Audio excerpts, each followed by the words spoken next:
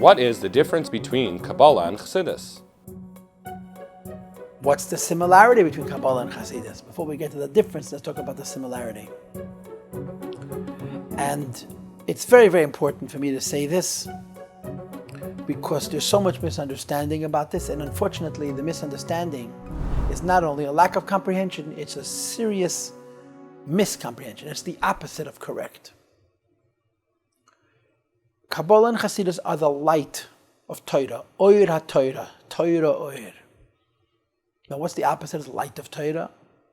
The chayas of Torah, the life of Torah, which is of course what Nigla de Torah is. In other words, Torah is Hashem's wisdom. It's intellectual. We're able to understand it. We try and understand it. But from a Torah perspective, the wisdom, the intellect, the scholarship, the logic of God comes from what's before intellect, what's higher than intellect. Intellect is limited and understandable. And to use a Hasidic terminology, it's a light in a vessel. Higher than intellect is godliness in its rawest form. Every idea, before it became an idea that you can speak in words and argue and explain and maybe even prove, exists on a level of light, on a level of Ein Sof. As it exists on a level of light, it's higher than understanding, it's very real. The term which would often be used to represent would be tainug. You experience its richness, you experience its truth, but not on an intellectual level, on a spiritual level. Kabbalah and Chassidus are pnimiyas HaTorah, they're the face of Torah. The face of Torah is God. The face of Torah is not the intellect of Torah, it's the godliness of Torah. Kabbalah and Chassidus share that. In other words, the purpose of learning Kabbalah is not to understand intellectually some kind of a mystical idea. The purpose of learning Kabbalah is using the form of Kabbalah to experience the face of God, godliness. Chassidus is the same thing. And that's what Chassidus and Kabbalah share. They're both called Neshmasa De'eraisa, the soul of the Torah that speaks to the soul of the Jew, and is transcendent, is above the human mind. What's the difference? There are many differences.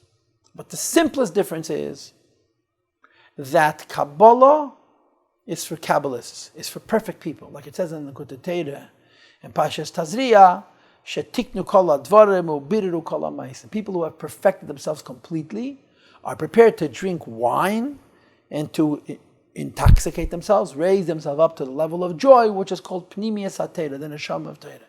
And Chassidus was meant for everybody. It's the same neshama, but it's been repackaged and distributed, if you will, in a very, very different form, in a very different way, that has appealed to everybody. And I want to say this in conclusion, that I often hear people say that the difference between Hasidim and non-Hasidim is mind and heart. And it bothers me. I don't think the difference between Hasidim and non-Hasidim is mind and heart. The difference between Hasidim and non-Hasidim is mind and soul. A non-Chassid focuses on the intellect. The Chassid focuses on the neshama. Maybe the heart reflects the neshama to a great extent. But according to Hasidus Chabad, nothing reflects the neshama more deeply and more sensitively and more subtly than the mind. So it's a mistake to correlate Hasidus and non-Hasidus to mind and heart, because nothing reflects what Hasidus is deeper than the mind does. It's not mind and heart, it's mind and soul. Now there are other differences between Kabbalah and Hasidus. Maybe we'll do them next time.